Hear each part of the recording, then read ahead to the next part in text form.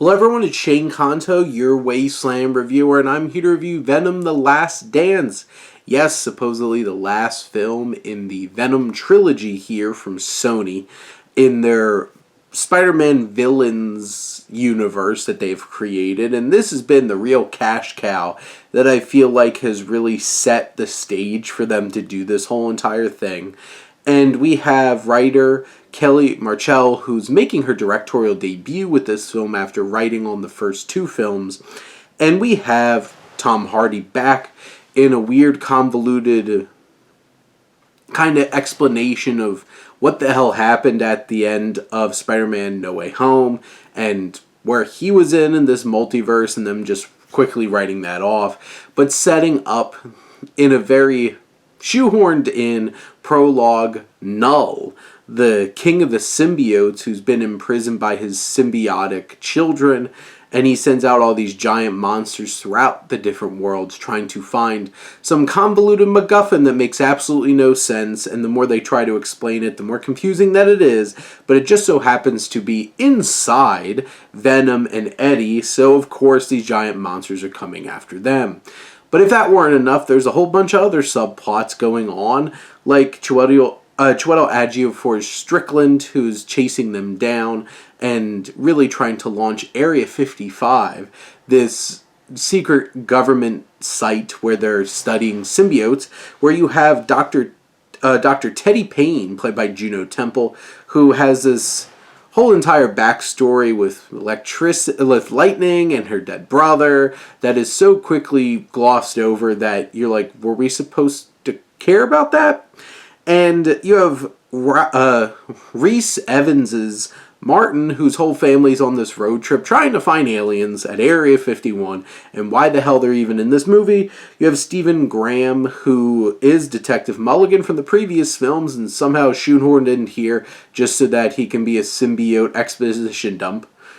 And Mrs. Chang's there, and Mrs. Chen you find in Vegas because this film's bouncing all around so many different places.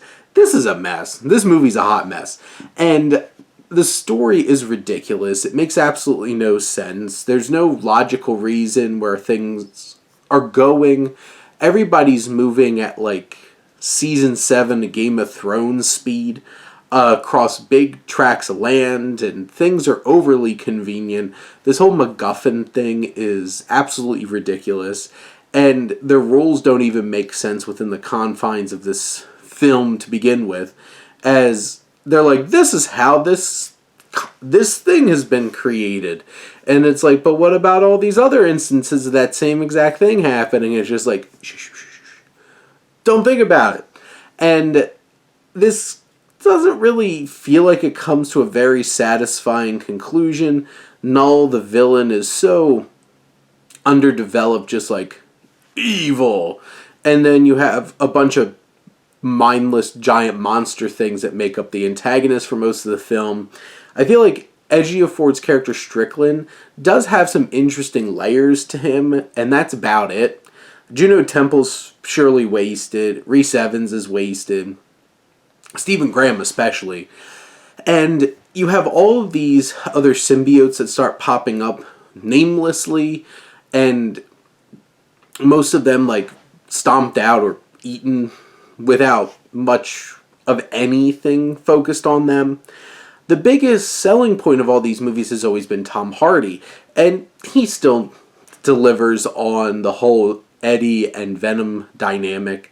I do feel like it's frustrating that they still treat them completely out of sync, like they haven't been together for a year doing all these things. It's just like, why are you still doing these things that should have been like first movie in the trilogy issues? You need to get your stuff together.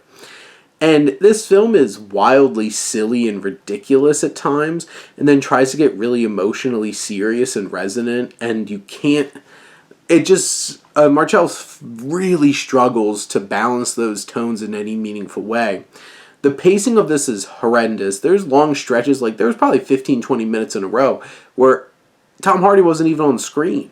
And it's just like, why are we sticking around with these other storylines that are so half-baked, undercooked, and don't really make the connection that you need to sell them.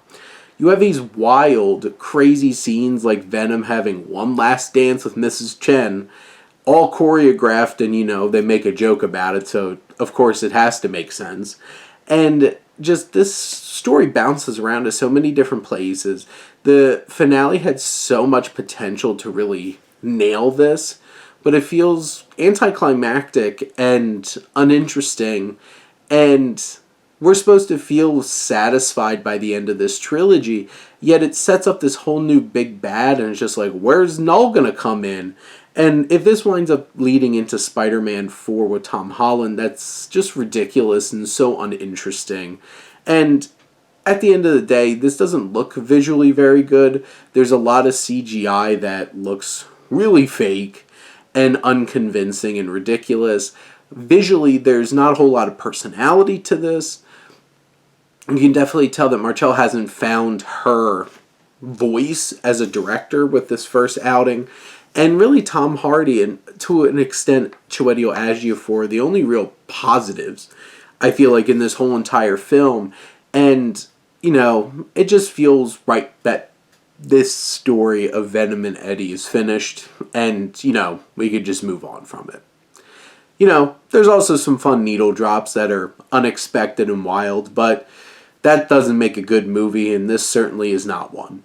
But those are my thoughts on Venom: The Last Dance. Let me know what you think, and let's talk some movies. But thank you as always for tuning in and supporting your Wasteland reviewer.